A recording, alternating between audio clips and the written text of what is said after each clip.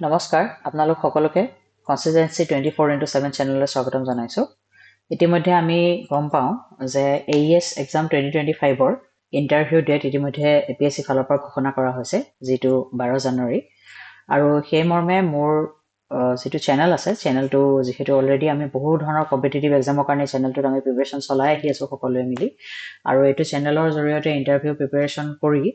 বহুত কেইগৰাকী কেণ্ডিডেট বিগত বছৰসমূহত ভাল ভাল এক্সাম যেনে ACS, APS আৰু অন্যান্য কিছুমান এক্সামত আৰু সদ্য ঘোষিত JDO এনেধৰণৰ কিছুমান এক্সামত কোৱালিফাই কৰিছে। আপোনালোকে চেনেলত গৈ কমেণ্ট ছেকশ্যনত গ'লে গম পাব কথাখিনি। তেওঁলোকে তাতে ধন্যবাদ আকাৰে গোটেই ডিটেইলছবোৰ লিখি থৈ দিছে। চ' সেই কথাটোকে আমি অনুগত কৰি যিখিনি আগন্তুক পৰীক্ষাৰ্থীয়ে AES এক্সাম 2025ত ইণ্টাৰভিউৰ বাবে বহিব, সেই প্ৰাৰ্থীসকলেও মোৰ যিটো ইমেইল ID আছে, যিটো মই আপোনালোকক দি দিম, সেই ইমেইল IDটোত বহুতখিনি মেছেজ মোক পঠিয়াই আছে আৰু মোৰ বিভিন্ন ছ'চিয়েল মিডিয়া হেণ্ডেলসমূহতো প্ৰশ্নসমূহ পঠিয়াই আছে যে কেনেকৈ পঢ়িব লাগিব। যিহেতু এই যিটো এক্সাম, সেই এক্সামটো 2024 চনৰ যিটো পৰীক্ষা হৈছিলে, সেই 2024 চনৰ পৰীক্ষাটোত মই এগৰাকী প্ৰাৰ্থী হিচাপে সেই এক্সামটোত কোৱালিফাই কৰিছিলোঁ আৰু কোৱালিফাই কৰি পেলাই তাতে মই ৰেংকো লাভ কৰিছিলোঁ। আৰু তাতে মই অপেন কেটেগৰীত ৰেংক 5ত আছিলোঁ। আপোনালোকে APSC ৱেবছাইটত গ'লে পাব। এইটো মোৰ প্ৰফাইল হয়। আপোনালোকে ভিডিঅ'টোৰ শেষত মোৰ প্ৰফাইলটো যদি বিচাৰে এবাৰ আপোনালোকে ভিডিঅ'টো পজ কৰি পেলাই চাই ল'ব পাৰিব। কিন্তু এতিয়া মেইন কথাটোলৈ গৈছোঁ, ইণ্টাৰভিউ কেনেকৈ প্ৰিপাৰেশ্যন চলাব লাগিব, কি চাব লাগিব, কি পঢ়িব লাগিব। আৰু যিহেতু আমি সাধাৰণতে অন্যান্য যিসমূহ এক্সাম থাকে, সেই এক্সামসমূহৰ বাবে AES ইণ্টাৰভিউৰ ধৰণে মানে আমি মক ইণ্টাৰভিউ পোৱা নাযায়। মই যদিও মক ইণ্টাৰভিউ পাতিম বুলি ভাবিছিলোঁ এই বছৰ, কিন্তু বহুখিনি মানে কামৰ বাবে অফিচিয়েল কাৰ্য আছে, সেইখিনিৰ বাবে মই সেইটো ষ্টেপ এবাৰ ল'ব পৰা নগ'ল। তাৰ বাবে মই অকণমান সময়ো প্ৰয়োজন আছিলে, সেইখিনিও ধৰক এতিয়া বিভিন্ন কামৰ বাবে পোৱা নগ'ল। বাৰু যি কি নহওক, যিহেতু মই নিজে ৰেংক 5 পাইছোঁ অপেন কেটেগৰীত, মই ভাবোঁ যে মোৰ ৰিটেন আৰু ইণ্টাৰভিউ নম্বৰ হয়তো ভাল আছিলে, সেইকাৰণে মই সেইখিনি ৰেংক পাব পাৰিছোঁ। সেইকাৰণে মই কেনেধৰণে পঢ়িছিলোঁ, আপোনালোকে এক্সামটোৰ বিষয়ে কি জানিব লাগিব আৰু কেনেকৈ আপোনালোকে আগবাঢ়িলে এইটো এক্সামত আপোনালোকে সুফল পাব পাৰিব আৰু মেৰিট লিষ্টত আহিব পাৰিব। যিহেতু এইবাৰ নাম্বাৰ অফ কেণ্ডিডেটছটো 10 তাকৰ 7 টোটেল কেণ্ডিডেটক চিলেক্ট কৰা হ'ব একচুৱেলি। তো চাওঁ আহকচোন মানে কি আপোনালোকে কেনেকৈ আগবাঢ়িব লাগিব। ইয়াতে আছে ইম্পৰ্টেণ্ট টপিকখিনিলৈ যদি আমি যাওঁ, ইম্পৰ্টেণ্ট টপিকখিনিলৈ গ'লে আপোনালোকে চাব, প্ৰথম আপোনালোকৰ ইম্পৰ্টেণ্ট হৈছে NEP 2020। NEP 2020ৰ বিষয়ে আপোনালোকে যিখিনি ফাংচনেল জ্ঞান, সেইখিনি আপোনালোকে জানিব লাগিব। RT এক্ট আছে, ডিপাৰ্টমেণ্টৰ হায়াৰাৰ্কি, ডিষ্ট্ৰিক্ট প্ৰফাইল আপোনালোকৰ, চেলেৰী ষ্ট্ৰাকচাৰ যদি তেওঁলোকে আপোনালোকক সোধে, গ্ৰেড পে আদিৰ কথা, আৰু কিয়ৰ কাৰণে AES এক্সাম বা আদাৰ ছাৰ্ভিচেছৰ মাজত আপুনি চুজ কৰিব কিয় বিচাৰিছে। এইটো সাধাৰণতে যিকোনো এক্সামত ইণ্টাৰভিউতে এইটো সোধা হয়, এটা ট্ৰিকি কুৱেশ্যন হয়। আৰু সেইটো আপোনাৰ মানে মই আপোনাক এইটো কথা কৈ দিব নোৱাৰিম যে আপুনি এনচাৰটো কেনেকৈ দিব লাগিব। সেই বস্তুটো একচুৱেলি আপোনাৰ একদম মানে আপোনাৰ ভিতৰৰ পৰা এটা লেমেন লেংগুৱেজত এটা এফিচিয়েণ্ট এটা এনচাৰ আপোনাৰ যদি ওলাই নাহে, তেতিয়া ইণ্টাৰভিউৰ সকলে আপোনালোকক মানে কোৱালিফাই নকৰিব পাৰে। তো এতিয়া কথাটো হৈছে যে NEPৰ বিষয়ে আমিতো সকলোৱে জানোৱেই, যিহেতু শিক্ষকতাৰ ফালৰ পৰাই ফিল্ডৰ পৰা আমি প্ৰায়খিনি কেণ্ডিডেট আহিছোঁ, সেইটো কাৰণে আমি NEP আৰু RT এক্টৰ বিষয়ে জানো। লিখিত নহয়, ইয়াতে মই ক'ব বিচাৰিছোঁ যিটো ফাংচনেল ইউজ। যেনেকৈ মোক সুধিছিলে যে ইনস্পেক্টৰ অফ স্কুল এগৰাকীৰ ডিষ্ট্ৰিক্টত কামটো কি, তেতিয়া NEPৰ টোটেল ডকুমেণ্ট হৈছে 380 পেজেছ। আমাৰ আমনিও লাগে সাধাৰণতে বাৰু 380 পেজেছ পঢ়িবলৈ। আৰু তেতিয়াতো ধৰক ChatGPT বা জেমিনাই এনেকুৱা একো সুবিধাও নাছিলে সেইটো সময়ত বেছিকৈ। মই যেতিয়া ইণ্টাৰভিউ কাৰণে প্ৰিপাৰেশ্যন কৰিছিলোঁ, তো ইমান পপুলাৰ নাছিলে গেজেটছবিলাক, মানে টুলখিনি। তো এইটো কাৰণে মানে সেইটো ইণ্ডিভিজুৱেলি এখনকৈ পঢ়িবলগীয়াত পৰিছে। কিন্তু মই এইটো ক'ব বিচাৰিছোঁ যে যেতিয়া মোক সেই প্ৰশ্নটো সোধোতে মই কৈছিলোঁ যে এখন ডিষ্ট্ৰিক্টৰ ইনস্পেক্টৰ স্কুলসকলৰ দায়িত্বটো হৈছে কেৱল ইমপ্লিমেণ্টেশ্যন কৰা। তাৰমানে আমি যদি এইটো এনচাৰ দি দিওঁ কেনেবাকৈ যে আমি তাতে পলিচি মেকিং কৰিব পাৰোঁ বুলি, তেতিয়া কিন্তু সেইটো আপোনালোকৰ এনচাৰটো ভুল হ'ব। ইনস্পেক্টৰ অফ স্কুলসকল হৈছে অকল ইমপ্লিমেণ্টিং এজেঞ্চি। তাৰমানে গভৰ্ণমেণ্টৰ ফালৰ পৰা বা লেজিছলেচাৰৰ ফালৰ পৰা যিখিনি পলিচি ফৰ্মুলেট কৰা হয়, সেইখিনি আপোনালোকে ফিল্ডত ইমপ্লিমেণ্ট কৰিব লাগিব। কিয়নো হয়তো আপোনালোকৰ যদি ভৱিষ্যতে আপোনালোকে ভাল কাম কৰিছে ফিল্ডত বা ডাইৰেক্টৰেট লেভেলত, যদি আপোনালোকে ভাল কাম কৰিছে, হয়তো আপোনালোকক গভৰ্ণমেণ্টে নিজৰ ফালৰ পৰা আপোনালোকক মাতি নিব পাৰে যে কিবা এটা পলিচি আপোনালোকে এইটো আমাৰ লগত যুটীয়াভাৱে ফৰ্মুলেট কৰক। কিন্তু আপুনি ইণ্ডিপেণ্ডেণ্টলি এটা পলিচি ফৰ্মুলেট কৰিব নোৱাৰে। আৰু সেই কথাটো মোক যেতিয়া প্ৰশ্ন সুধিছিলে, বহুতবাৰ ষ্ট্ৰেছ দি পেলাই সুধিছিলে, কৈছে যে নহয় নেকি, আপুনি অলপ ভুল কৰিছে নেকি, পলিচি বনাব পাৰে নেকি, এনেকৈ যেতিয়া সুধি আছিলে বাৰে বাৰে, মই তেতিয়া প্ৰতিবাৰতে 4বাৰ নে 5বাৰ মান সুধিছে একেটা বস্তুকে, মানে ঘূৰাই পকাই কিজানি মই মোৰ এনচাৰটো চেঞ্জ কৰি দিওঁ, সেইটো তেওঁলোকে চাব বিচাৰিছিলে। তেতিয়া মই কৈছোঁ নহয়, সেই মেইন কামটো হৈছে পলিচি ইমপ্লিমেণ্টেশ্যন আৰু এক্সিকিউশ্যনৰ আমাৰ কাম হৈছে ৰিলেটেড টু এডুকেশ্যন। আৰু ষ্ট্ৰাকচাৰটো আপোনাক সুধি দিব পাৰে, যিটো আমাৰ সাধাৰণ এতিয়া নতুন NEP যিটো ষ্ট্ৰাকচাৰ হয় 5ৰ পৰা ষ্টাৰ্ট হয়, আৰু প্ৰেজেণ্ট ষ্টেটাছ, যেনেকৈ বৰ্তমান অসমত NEP কিমান ইমপ্লিমেণ্টেশ্যন হৈছে, আপোনাৰ ডিষ্ট্ৰিক্টত NEP কেনেধৰণৰ হৈছে, যেনেকৈ NEP আণ্ডাৰত এতিয়া আপোনাৰ FLN চলি আছে, ফাউণ্ডেশ্যনেল লিটাৰেচি এণ্ড নিউমাৰেচি চলি আছে, নিপুণ ভাৰত চলি আছে, এনেধৰণৰ আপোনালোকে বস্তুখিনি ভালদৰে জানিব লাগিব। আৰু RT এক্টৰ কথা আপোনালোকে জানিব লাগিব যে RT এক্টত মতে এটা বিল্ডিং যেতিয়া কনষ্ট্ৰাকশ্যন কৰা হয়, তাতে ছেফটি ষ্টেণ্ডাৰ্ডবিলাক কি ফ'ল' কৰা হয়। আপোনালোকক যদি সোধে যে বৰ্তমানটো আমাৰ অসম এতিয়া আৰ্থকুৱেক জ'ন 6 হৈ গৈছে, এতিয়া আৰ্থকুৱেক জ'ন 6 হৈ যোৱাৰ লগে লগে RT এক্টৰ তাত কৰিবলগীয়া কি আছে, তাত RT এক্টৰ কৰিবলগীয়া এইটোৱে আছে যে RT এক্টে মানে নেশ্যনেল বিল্ডিং কোডৰ বাইলজসমূহৰ জৰিয়তে মানে যিবোৰ স্কুল ডিজাইন কৰে সেইটো বেলেগ ধৰণে কৰে, যেনেকৈ ফিজিকেল হেণ্ডিকেপৰ কাৰণে ৰেম্প দিয়া হয়, তাৰপিছত মানে টয়লেটবিলাকৰ বেলেগ ষ্ট্ৰাকচাৰ হ'ব, সেইখিনি আপোনালোকে ভালকৈ জানিব লাগিব, যিটো ফাংচনেল ইউজ। তাৰপিছত যদি আমি যাওঁ আমাৰ ডিপাৰ্টমেণ্টৰ, যদি থুলমূলকৈ মই আপোনাক এটা হায়াৰাৰ্কি ক'ব বিচাৰোঁ কেনেধৰণৰ আমাৰ ডিপাৰ্টমেণ্টটো হ'ব পাৰে হয় তাৰমানে অসমত। ত' এইটো আপোনালোকে এবাৰ ভালকৈ কনফাৰ্ম নিজৰ ফালৰ পৰাও কৰি ল'ব। মোৰ যিখিনি সীমিত জ্ঞানে ধৰিছে মই এই ষ্ট্ৰাকচাৰটো বনাবলৈ বা আপোনালোকৰ এডুকেশ্যনেল পাৰ্পাছেছত দিছোঁ। সেইটো হৈছে আমি সকলোৱে জানো আমাৰ ষ্টেটৰ যিখিনি একদম টপ লেভেল অফিচিয়েলছ আছে তেওঁলোকৰ যিটো হায়াৰাৰ্কি, কিন্তু আমাৰ যেতিয়া ডিপাৰ্টমেণ্ট বুলি আমি যাওঁ, বোলে ডিপাৰ্টমেণ্ট অফ স্কুল এডুকেশ্যন বা ডিপাৰ্টমেণ্ট অফ এডুকেশ্যন যদি আমি যাওঁ, তেতিয়া সেইটো মনত ৰাখিব যে কমিশ্যনাৰ ছেক্ৰেটেৰীটো গভৰ্ণমেণ্ট অফ আছামৰ পৰা ষ্টাৰ্ট হ'ব, বা কিছু ডিপাৰ্টমেণ্টৰ principal secretary, additional chief secretary, আৰু চিফ ছেক্ৰেটেৰী ছাৰ যিগৰাকী থাকিব, ছাৰ বা বাইদেউ, তেখেত কিন্তু আমাৰ গোটেইবিলাক ডিপাৰ্টমেণ্টৰে হেড হয়। তাৰপিছত আপোনালোকে ছেক্ৰেটেৰীটো গভৰ্ণমেণ্ট অফ আছাম থাকিব, এডিশ্যনেল ছেক্ৰেটেৰী থাকিব, joint secretary, deputy secretary, under secretary. এইটো হৈছে ছেক্ৰেটেৰীয়েট, অৰ্থাৎ জনতা ভৱন লেভেলত যিখিনিয়ে পলিচি মেকিং মানে লেজিছলেচাৰৰ লগত ইন ক্ল'জ টেণ্ডেমত কাম কৰে, এওঁলোকৰ সেইটো হয়। যদি আপোনালোকক সোধে যে টপত কোন থাকে আপোনাৰ ডিপাৰ্টমেণ্টৰ হেডত বৰ্তমান কোন আছে বুলি ক'লে, বৰ্তমান আমাৰ ডিপাৰ্টমেণ্টৰ এডুকেশ্যনৰ হেডত আছে আমাৰ কমিশ্যনাৰ ছেক্ৰেটেৰী, তেখেত হৈছে আমাৰ senior most secretary, commissioner secretary, তেওঁ হৈছে আমাৰ ৰেছপেক্টেড নাৰায়ণ কোঁৱৰ ছাৰ। যদি সেইটো প্ৰশ্ন আপোনালোকক ইণ্টাৰভিউত হয়তো সুধিব পাৰে, যিহেতু তেখেতে ব্যক্তি হিচাপেও নিজৰ ব্যক্তিগত জীৱনতো বহুতখিনি এচিভ কৰিছে, তে মই ভাবোঁ যে আমি সকলোৱে ইণ্টাৰভিউলৈ যাওঁতে ছাৰৰ বিষয়ে ভালদৰে জানি যোৱাটো উচিত।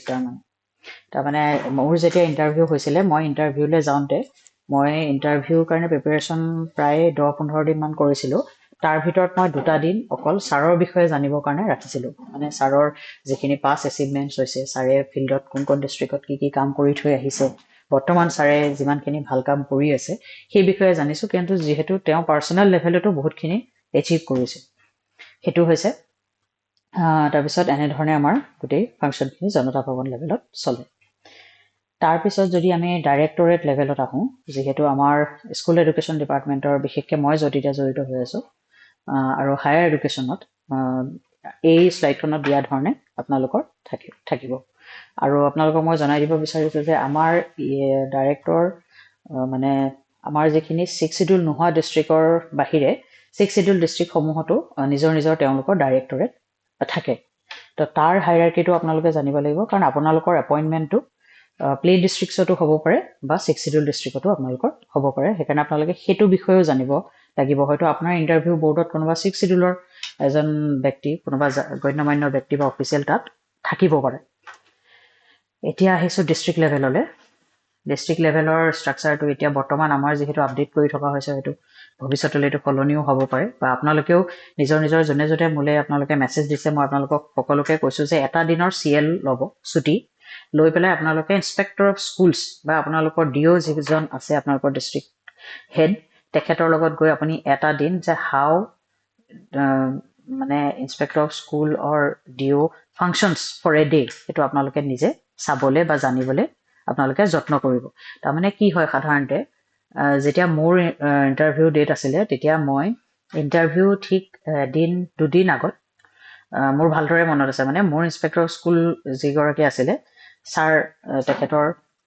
ওচৰতে মই গৈ মানে ছাৰক গোটেই বস্তুখিনি সুধিছিলোঁ যে ছাৰ এইটো হ'লে কেনেকুৱা হ'ব এইটো হ'লে কেনেকুৱা হ'ব তাৰমানে কি হয় আপুনি প্ৰেক্টিকেল যেতিয়া আপুনি ফিল্ডত গৈ পেলাই নলেজটো গেডাৰ কৰিব তেতিয়া আপোনাৰ মানে কি হয় মাছল মেমৰিয়ে ক্লিক কৰে কুৱেশ্যন এটা সুধিলে যে এতিয়া মানে আমাৰ লিখাৰ আৰু কৰাৰ মাজত বহুতখিনি ডিফাৰেঞ্চ থাকে তো সেইকাৰণে মই ভাবোঁ যে আপোনালোকে ফিল্ডত গৈ পেলাই এবাৰ বস্তুটো জানিবলৈ যত্ন কৰিব তাৰ পিছত যদি আমি চাবলৈ যাওঁ আমাৰ একেলগে পেৰেলেলি আৰু এটা হায়াৰাৰ্কি চলি থাকে সেইটো হৈছে সমগ্ৰ শিক্ষা অসমৰ ফালৰ পৰা আৰু সমগ্ৰ শিক্ষা অসমৰ ফালৰ পৰা যিখিনি চলি থাকে তেওঁলোকৰ হায়াৰাৰ্কিটো বহুত ডাঙৰ কিন্তু থুলমূলকৈ যদি আমি চাবলৈ যাওঁ তাৰমানে যে তেতিয়াহ'লে তেওঁলোকৰ ডিষ্ট্ৰিক্ট মিছন কোঅৰ্ডিনেটৰ থাকে block mission coordinator block resource person cluster resource centre coordinator যিটো মই কৰিছিলোঁ আগতে এতিয়া মই এইটো আপোনালোকক সৰ্বশিক্ষাটো কিয় একেলগে জনাই দিছোঁ কাৰণ আপোনালোকে হয়তো এলিমেণ্টাৰী ছেকশ্যনৰ ফালৰ পৰাও পাব পাৰে পষ্টিং DSC-টো পাব পাৰে বা হায়াৰ এডুকেশ্যনতো পাব পাৰে কিন্তু সৰ্বশিক্ষাৰ সমগ্ৰ শিক্ষাৰ বিষয়ে ক্ষমা কৰিব আপোনালোকে এইটো কাৰণে জানিব লাগে কিয়নো তাৰমানে আমাৰ মেক্সিমাম 90% যিখিনি স্কিম চলি আছে ধৰক PM3 হওক বা অন্যান্য যিখিনি কনষ্ট্ৰাকশ্যনৰ কাম হওক বা কিবা হওক RT এক্টৰ ইমপ্লিমেণ্টেশ্যন হওক সৰ্বশিক্ষাৰ ফালৰ পৰা সেইটো বেছিকৈ বাজেটৰী প্ৰভিজনছৰ ফালৰ পৰা বেছিকৈ কৰা হয় আৰু স্কুলত কিছুমান বস্তু আছে আপোনালোকে জানিব লাগিব আপোনালোকে জইন কৰাৰ পিছতো জানিব লাগিব ইণ্টাৰভিউৰ কাৰণে জানিব লাগিব সেইটো হৈছে SMC SMDC তাৰপিছত আপোনালোকৰ যিখিনি কমিউনিটি পাৰ্টিচিপেশ্যনৰ প্ৰগ্ৰামছ আছে সেইখিনি SSA ফালৰ পৰা কৰা হয় সেইকাৰণে আপোনালোকে SSA গোটেই যিমানখিনি স্কিম বৰ্তমান চলি আছে ইনক্লুডিং নিপুণ ভাৰত নিষ্ঠা তাৰপিছত আপোনালোকৰ বাকী প্ৰজেক্টছখিনিও আপুনি জানিব লাগিব ডাইৰেক্টৰেটসমূহতো বহুত বিভিন্ন ধৰণৰ প্ৰজেক্ট চলি থাকে যেনে RIDF SOBD এনেধৰণৰ বহুত যেনেকৈ নিযুত মইনা তাৰপিছত আপোনালোকৰ বাকী এতিয়া নতুন আকৌ নিযুত বাবু আঁচনিও আহিছে এনেধৰণৰ আঁচনিসমূহো চলি থাকে কিন্তু সৰ্বশিক্ষাৰ সমগ্ৰ শিক্ষাৰ যিখিনি স্কিম সেইখিনি আপোনালোকে ভালদৰে জানিব লাগিব যিকোনো এটা স্কিমৰ বিষয়ে আপোনালোকক প্ৰশ্ন সুধিলে আপোনালোকে ক'ব পাৰিব লাগিব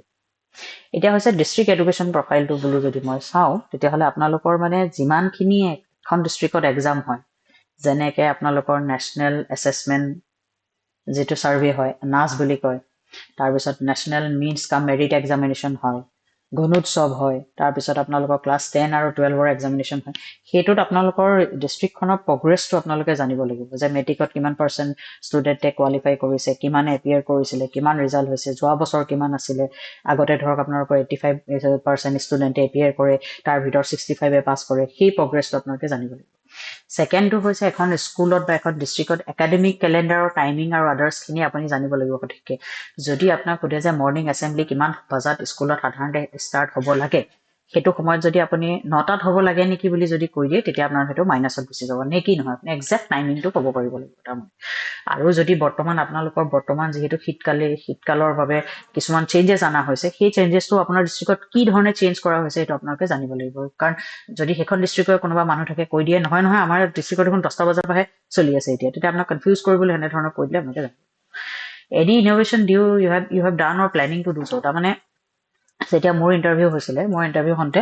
মই যেতিয়া CRCC আছিলোঁ থাকোঁতে মই কিছুমান মানে নিজৰ ফালৰ পৰা ইন'ভেটিভ লেচন প্লেন ডেভেলপ কৰিছিলোঁ আৰু লেচন প্লেন কাক বোলে সেইবিলাকতো আপোনালোকে জানি যাব লাগিবই বাৰু আৰু আপোনালোকে ৰিচোৰ্চ মানে মেটেৰিয়েল কাক কোৱা হয় এনৰিচ মেটেৰিয়েল কাক কোৱা হয় এখন টেক্সট বুক আৰু এখন এনৰিচ টেক্সট বুকৰ মাজত ডিফাৰেঞ্চটো কি সেইটো জানিব লাগিব কাৰণ সাধাৰণতে SCRTৰ ডাইৰেক্টৰ ৰেচপেক্টেড ডাইৰেক্টৰ আৰু অন্যান্য যিসকল মানে ডাইৰেক্টৰ লেভেলৰ আমাৰ ডাইৰেক্টৰ ছেকেণ্ডেৰী এডুকেশ্যনৰ ডাইৰেক্টৰ বা হায়াৰ এডুকেশ্যনৰ ডাইৰেক্টৰ এওঁলোকো আপোনালোকৰ ইণ্টাৰভিউত থকাটো হয়তো থাকিব পাৰে তাৰমানে এডুকেশ্যন ৰিলেটেড যিকোনো এজন ব্যক্তি তেওঁলোকে আপোনালোকক যেতিয়া সুধি দিব আপোনালোকে টেক্সট বুক আৰু এনৰিচ টেক্সট বুকৰ মাজত যদি ডিফাৰেঞ্চটো নাজানে তেতিয়া খেলি মেলি হৈ যাব পাৰে আৰু মাইনাছত আপোনালোকৰ মাৰ্কিংটো গুচি যাব কাৰণ মোক কিন্তু তেতিয়া এনৰিচ ৰিচোৰ্চ মেটেৰিয়েল আৰু টেক্সট বুকৰ মাজত ডিফাৰেঞ্চটো মোক কিন্তু সুধিছিলে মই সেইটো কথা ধুনীয়াকৈ ক্লিয়াৰলি ক'ব পাৰিছিলোঁ তাৰ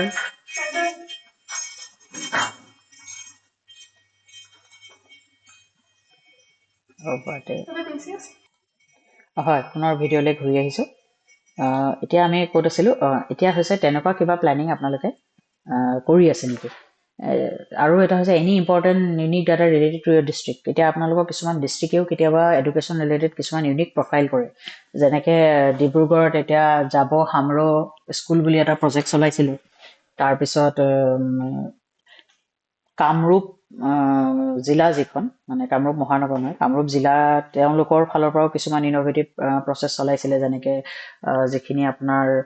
হামাৰ আৰু মানে গাৰো মিডিয়ামৰ ষ্টুডেণ্ট আছে তেওঁলোকৰ কাৰণে মানে এক্সট্ৰা বুক কিছুমান তেওঁলোকে বনাই পেলাই লঞ্চ কৰিছিলে আৰু সেইবিলাক প্ৰজেক্টে মানে বিভিন্ন ধৰণৰ নেশ্যনেল এৱাৰ্ড তাৰপিছত নিপাৰ ফালৰ পৰা আপোনালোকে নিপাৰ বিষয়ে জানিব লাগিব তো এই প্ৰাইজ পাইছে তো সেই তেনেকুৱা আপোনালোকৰ ডিষ্ট্ৰিক্টৰ ইনস্পেক্টৰ স্কুল বা ডিচি বা যিসকল এডুকেশ্যন এডিচি তেওঁলোকে বা তেনেকুৱা ধৰণৰ কিবা এডুকেশ্যন ৰিলেটেড কিবা ইউনিক ইন'ভেশ্যন কিবা কাম কৰিছে যদি সেইটো আপোনালোকে মেনশ্যন কৰিব লাগিব যেনেকৈ হওক ডিছকাশ্যনটো মানে ইণ্টাৰভিউ দিয়াৰ এটা চিধা কেলকুলেশ্যন হৈছে আইদাৰ ইণ্টাৰভিউটো আপুনি নিজৰ মতে নেভিগেট কৰি দিব নহ'লে ইণ্টাৰভিউটোৱে আপোনাক থ্ৰ' আউট কৰি দিয়ে তাৰমানে আপুনি ইণ্টাৰভিউৱাৰে আপোনাক যি প্ৰশ্নই নকৰক আপুনি ইণ্টাৰভিউটো you have to make it's all about yourself মানে আপুনি মানে যেনেকৈ নহওক ইণ্টাৰভিউটো আপোনাৰ ফাললৈ আপুনি টানি আনিব লাগিব যে যাতে যিখিনি আপোনাক সুধিছে আপুনি যিখিনি প্ৰিপাৰেশ্যন কৰি গৈছে গোটেইখিনি যাতে আপুনি দিব পাৰে তাৰমানে চ' সেইটো মই ক'ত আছিলোঁ প্ৰথমতে কৈ আছিলোঁ যে সেই তেনেকুৱা লেচন প্লেন মই বনাইছিলোঁ ইন'ভেশ্যন মই লৈছিলোঁ তো মই সেই লেচন প্লেনখিনি কিন্তু তেওঁলোকক দেখাবলৈ চেষ্টা কৰিছিলোঁ তাৰমানে আৰু মই দেখুৱাইছিলোঁ সেইটো সময়ত তেতিয়া মই যেতিয়া মানে পাৰ্মিশ্যন লৈছিলোঁ যে এইখন ভিতৰত লৈ যাব পৰা যাবনে লেচন প্লেন বনাই আনিছিলোঁ মই তেতিয়া কৈছিলে হয় লৈ যাব পাৰিব কিন্তু এতিয়া আপুনি আজি 2026ত যেতিয়া ইণ্টাৰভিউটো দিবলৈ যাব সেইটো সময়ত আপোনালোকক ভিতৰলৈ লৈ যাবলৈ দিবনে নাই সেইটো কিন্তু মই নাজানো কিন্তু মই তেতিয়া হৈছিলে তেতিয়া মই সেই পেপাৰখন লৈ গৈছিলোঁ কিন্তু মই তেওঁলোকক মডেলটো দেখুৱাইছিলোঁ মানে কেনেকৈ বনাইছোঁ আৰু তেওঁলোকে সেইটোত মানে খুব বেছি ইম্প্ৰেছড হৈছিলে সেই বস্তুটোৰ পৰা মানে এইটো তেনেকুৱা কথা নহয় যে আপোনালোকে বহুত কিবা কিবি বস্তু বনাই পেলাই লৈ যাব TLM বনাই লৈ যাব মই সেইটো কথা বুজাব বিচৰা নাই মই কৈছোঁ যে এটা বস্তুতে আপোনালোকৰ ষ্ট্ৰাইক কৰিব পাৰিব লাগিব তাৰমানে যদি তেনেকুৱা আপোনালোকৰ কিবা থাকে কাৰণ সাধাৰণ লেচন প্লেনটো চবেই বনায় দীঘল লেচন প্লেন কিন্তু মই যিটো লেচন প্লেন বনাইছিলোঁ সেইটো মানে নগাঁও জিলাৰ কাৰণে মই বনাইছিলোঁ গোটেই জিলাখনৰ কাৰণে আৰু সেইটো মানে ইউনিচেফৰ এটা প্ৰগ্ৰামত সেই লেচন প্লেনটো একচেপ্ট হৈছিলে তাৰমানে চ' সেইটো কাৰণে ইউনিক আছিলে কাৰণে মই সেইটো তেওঁলোকক আৰু মানে ছেকেণ্ড লাষ্টৰ কথা your idea of changing the school education of the district যদি আপুনি আজিৰ ডেটত ধৰক এনেকুৱা এখন ডিষ্ট্ৰিক্টত পালে যিখনে বিভিন্ন পেৰামিটাৰ্ছত অকণমান ধৰক ডাউন হৈ আছে it could be any district so' এতিয়া আপোনাক যদি সোধে যে তাত যদি আপোনাক দি দিওঁ তেতিয়াহ'লে আপুনি এক্সট্ৰাকৈ কি কৰিব যিটো কৰিব এতিয়া বৰ্তমান পৰা যোৱা নাই তেতিয়া আপুনি সেইটো জানিব লাগিব যে আপুনি কি কৰিলে কেনেকৈ চেঞ্জ হ'ব হয়তো সেইটো আপোনাৰ ডিষ্ট্ৰিক্টখনৰ ৰিলেটেড কুৱেশ্যনো হৈ যাব পাৰে কিন্তু আপুনি যদি এনেকৈ ধৰণৰ কথা কিছুমান কৈ দিয়ে যে বৰ্তমান এজনে এইটো পাৰিছে সেইটো পৰা নাই সেইটো কথা নহয় আপুনি সেইটোত কনচেনট্ৰেট কৰিব নোৱাৰিব আপুনি কনচেনট্ৰেট কৰিব লাগিব সদায় আপোনাৰ লেংগুৱেজটোৰ ওপৰত ডিপেণ্ড কৰিব আপুনি লেংগুৱেজটো কেনেকৈ কয় যে এইটো কৰিব পৰা নাই সেইটোতকৈ লেংগুৱেজটো আপুনি এনেকৈ ইউজ কৰিব লাগিব যে এইটো কৰিলে ভাল হ'ব তাৰমানে তো আপুনি মানে নিগেটিভিটিলৈ নাযাব বা কাবাৰ বিষয়ে ডিছকাশ্যন কৰাতকৈ নিজৰ বিষয়ে ডিছকাছ কৰিব তাৰমানে তো তেনেকুৱা এটা কথা আছিলে আৰু তাৰপিছত যেতিয়া মোৰ ইণ্টাৰভিউ মানে শেষ হৈছে তেতিয়া মানে মোক ইণ্টাৰভিউ বৰ্ডৰ চেয়াৰমেনে কৈছিলে এটা কথা মই সুধিমেই মই গম পাইছোঁ টাইমটো বেছি লাগিছে কিন্তু মই তথাপিতো সেইটো আপোনাক সুধিম তেতিয়াহে আপোনাক যাবলৈ দিম বুলি মোক কৈছিলে মোক সুধিছিলে যে এজন ব্যক্তিয়ে যদি কাণেৰে নুশুনে ঠিক আছে কাণেৰে নুশুনিলে সেই ব্যক্তিজনক আমি যদি এডুকেশ্যন ইম্পাৰ্ট কৰিব বিচাৰোঁ তেতিয়াহ'লে আমি কি কৰিব লাগিব তেতিয়াহ'লে মই কৈছিলোঁ বোলো ছাৰ লেংগুৱেজ লেবৰেটৰী ডেভেলপ কৰিব লাগিব প্ৰতিখন স্কুলতে এতিয়াতো যদি মানুহজনে কাণেৰে নুশুনে মুখেদি ক'ব নোৱাৰে লেংগুৱেজ লেবৰেটৰী কি মিনিং থাকিলে তেন্তে লেংগুৱেজ লেবৰেটৰী মিনিং এইটোৱে থাকে যে চাইন লেংগুৱেজ কেনেকৈ পঢ়াব লাগে চাইন লেংগুৱেজ কেনেকৈ ডেভেলপ কৰিব লাগে সেইটো এটা লেংগুৱেজ লেবৰেটৰীৰ পাৰ্ট হয় তেতিয়া মানে মই মানে গোটেইকেইজন যোন বহি আছিলে পেনেলত মই তেওঁলোকৰ মুখকেইখন দেখি মানে ব্ৰাইটনেছটো দেখি পেলাই গম পাইছোঁ যে I was going in the right direction so' তেনেকুৱা ধৰণৰ কথা আৰু এতিয়া আপোনালোকক যদি যে সোধে যে আপোনালোকে যিটো চাকৰি কৰিব বিচাৰিছে সেইটো আপোনালোকে চেলাৰী ষ্ট্ৰাকচাৰটোৰ বিষয়ে জানে নেকি তো চেলাৰী ষ্ট্ৰাকচাৰটোৰ বিষয়ে মই অলপ থুলমূলকৈ কৈ দিছোঁ এইখন হৈছে এজন অফিচাৰৰ মানে চেলাৰী ষ্ট্ৰাকচাৰ জইন কৰাৰ ছেকেণ্ড মাহটো মানে আগষ্ট মাহৰ প্ৰথম জইন কৰিয়ে তেওঁ পোৱা যিটো চেলাৰী ষ্ট্ৰাকচাৰ আপোনালোকে পজ কৰি পেলাই চাই ল'ব পাৰিব কেনেধৰণৰ হয় আৰু পিছৰখন হৈছে এখন ৰিচেণ্ট চেলাৰী হয় আপোনালোকে নিশ্চয় দেখিছে প্ৰথমতে ব্যক্তিজনে লাভ কৰিছিলে 65,000 ঠিক আছে মানে সোমাই পেলাই কিন্তু বৰ্তমান তেখেতে লাভ কৰিছে 69,000 মই ভাবোঁ চেলাৰী ষ্ট্ৰাকচাৰটো বহুত ভাল মানে নিয়েৰলি আপোনাৰ 70 ওচৰা-ওচৰি বৰ্তমান হৈ গৈছেগৈ আৰু মই ভাবোঁ এনেধৰণৰ যদি ভাল চেলাৰী আপোনালোকে পায় তেতিয়া মই ভাবোঁ আপোনালোকে কাম কৰিবলৈও মটিভেশ্যনটো পাব তাৰমানে আৰু যদি আপোনালোকক এই কথাটো সোধে যে আপোনালোকে মানে এই চাকৰিটোতে কিয় কৰিব বিচাৰিছে, যে যদিহে আপোনালোকে PGT টিচাৰ কৰি আছে, চেলাৰী আপোনালোকৰ ষ্ট্ৰাকচাৰটো ইয়াতকৈ আপোনালোকৰ বেছি, তেতিয়াহ'লে আপোনালোকে সেইটো এক্সাম্পল দিব নোৱাৰিব। কিন্তু যদিহে আপোনালোকৰ চেলাৰীটো কম, এইটো চেলাৰী ষ্ট্ৰাকচাৰটো বেছি, আপোনালোকে নিজৰটো মিলাই চাব পে স্লিপ ডাউনলোড কৰি, তেতিয়া আপোনালোকে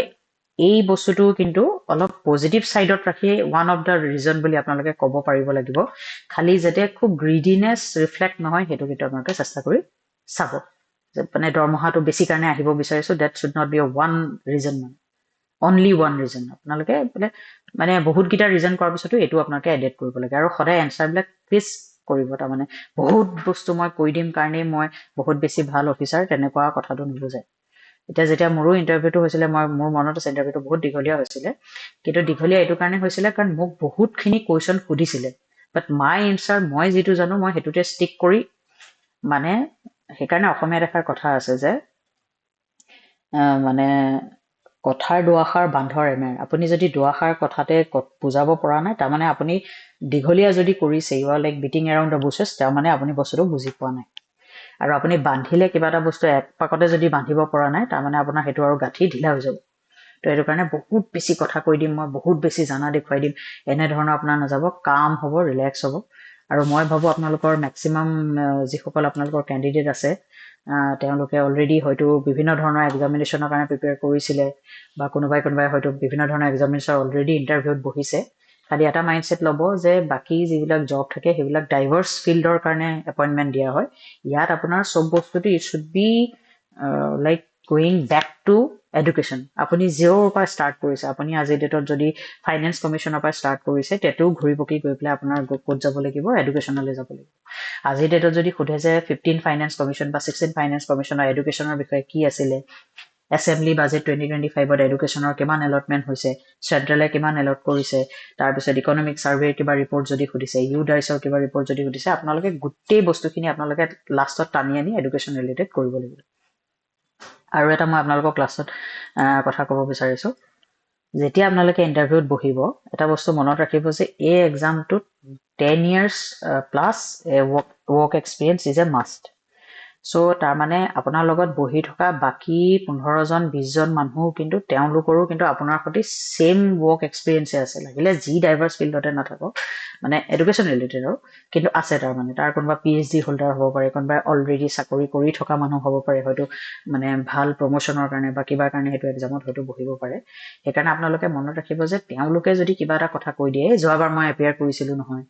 মই অমুক কৰিছিলোঁ নহয়, মই অমুক ইউনিভাৰ্চিটিৰ পৰা অমুক ডিগ্ৰী কৰিছোঁ, মই ফৰেইন ইউনিভাৰ্চিটিৰ পৰা PhD লৈছোঁ। চ' ডোণ্ট পেনিক, সেইবিলাকে একো মেটাৰ নকৰে। আপোনাৰ মাজত এডুকেশ্যনটো ভাল কৰিব পৰা সেই যদি ব্ৰাইটনেছটো আছে, এইটো আপোনাৰ চকুত আৰু কথাত ৰিফ্লেক্ট হ'লেই হৈ যাব। কাৰণ আপুনি মনত ৰাখিব, আপুনি ডিষ্ট্ৰিক্ট এডমিনিষ্ট্ৰেশ্যনটো চলাব ঠিকেই, you are a administration at the district level is okay, কিন্তু ডিষ্ট্ৰিক্ট লেভেলত এডমিনিষ্ট্ৰেশ্যন কৰিলে আপোনাৰ চব ফ'কাছ পইণ্টটো অকল আপোনাৰ ফ'কেল পইণ্টটোৱে হ'ব এডুকেশ্যন। তাৰমানে গম পাইছেনে, যেতিয়া আমি এজন মানুহ আমি 10টা কামত যেতিয়া মাথাটো মাৰিম, তেতিয়া আমাৰ ৱৰ্কটো যেনেকুৱা টাইপৰ হ'ব, আৰু 10টা মাথাৰ যিটো মানে কিউমুলেটিভ আমাৰ ফ'ৰ্চ, সেইটো যদি আমি এটা জেগাত লগাওঁ, সেইটো বেলেগ হ'ব। তো সেইকাৰণে মানে এনহেন্সিং কৰিব পৰা যিটো আপোনালোকৰ ভাল কৰিব পৰা, ইন'ভেটিভ কৰিব পৰা, সেইটো আপোনালোকৰ গুণটো থাকিলে ভাল হ'ব বুলি মই ভাবোঁ। তো এইখিনিয়ে মোৰ ক'বলগীয়া আছিলে। আৰু আপোনালোকে দেখিছে বহুত ব্যস্ততাৰ মাজত মই অকণমান সময় উলিয়াই আপোনালোকৰ বাবে ভিডিঅ'টো বনাইছোঁ। যদিহে আপোনালোকে ভাবিছে যে ভিডিঅ'টোৱে আপোনালোকক আগন্তুক আহি থকা 12 জানুৱাৰীৰ যিটো ইণ্টাৰভিউ আছে তাত সহায় কৰিব বুলি, তেনেহ'লে ভিডিঅ'টো নিজৰ লগত নিজৰ ছ'চিয়েল মিডিয়া হেণ্ডেলসমূহত শ্বেয়াৰ কৰিব। আৰু যদিহে মোৰ চেনেলটো এতিয়াও ছাবস্ক্ৰাইব কৰা নাই, ছাবস্ক্ৰাইব কৰিব। যদিহে কৰিলে তাৰ বাবে ধন্যবাদ। আৰু আপোনালোকে বেল আইকনটো নটিফিকেশ্যনৰ বাবে ক্লিক কৰি থ'বলৈ কেতিয়াও নাপাহৰিব, অল কৰি থৈ দিব, তেতিয়া মই যিকোনো নটিফিকেশ্যন যেতিয়া দি থাকোঁ তেতিয়া পাব। আৰু মই অকল AES বুলি নহয়, বিভিন্ন ধৰণৰ এক্সামৰ কাৰণে কম্পিটিটিভ এক্সাম কেনেকৈ ছেল্ফ ষ্টাডি কৰি পেলাই ছাকচেছ হ'ব পাৰি, যিহেতু মই নিজেও বহুতখিনি এক্সামিনেশ্যনত মেৰিট লিষ্টত মোৰ নাম আহিছে। চ' সেইটো কাৰণে মই ভালদৰে জানো কেনেকৈ ছেল্ফ ষ্টাডি কৰিলে কেনেকৈ মানুহে আগবাঢ়ি যাব পাৰে, কেনেকৈ কোৱালিফাই কৰিব পাৰে, সেইটো আপোনালোকে ভালদৰে জানে। আৰু মই ভাবোঁ যে আজি মই ইণ্টাৰভিউ যিখিনি কথা কৈছোঁ, অকল AES ইণ্টাৰভিউৰ বাবে নহয়, সেইটো সকলো ইণ্টাৰভিউৰ বাবেই প্ৰযোজ্য হয়। সেইকাৰণে আপুনি যদিও AESৰ ইণ্টাৰভিউ দি থকা নাই, তথাপিতো এই ভিডিঅ'টো যদি আপুনি ইমানখিনিলৈকে চাইছে তাৰ বাবে ধন্যবাদ। আৰু আশা ৰাখিছোঁ আপোনালোকৰ আগন্তুক দিনবোৰ ভাল হওক, বছৰটো ভাল হওক, আৰু আপোনালোকৰ যিসকলে মেৰিট লিষ্টত আপোনালোকে পায় যদিহে মোৰ চেনেলটোৰ ফালৰ পৰা আপোনালোকে যিকোনো ধৰণৰ সহায় আৰু উপকৃত হৈছে তেনেহ'লে মোক আপোনালোকৰ যেতিয়া ৰিজাল্ট আহিব তেতিয়া আপোনালোকে এই চেনেলটোৰ বা এই ভিডিঅ'টোৰ কমেণ্টত যাতে মোক জনায় মই খুবেই ভাল পাম আৰু আপোনালোকৰ ভাল ভাল অফিচাৰ আহক ডিপাৰ্টমেণ্টত জইন কৰক আগুৱাই যাওক সেই আশা ৰাখিলোঁ আৰু আপোনালোক সকলোৱে ভাল হওক তাৰ আশা ৰাখি পেলাই ধন্যবাদ জনালোঁ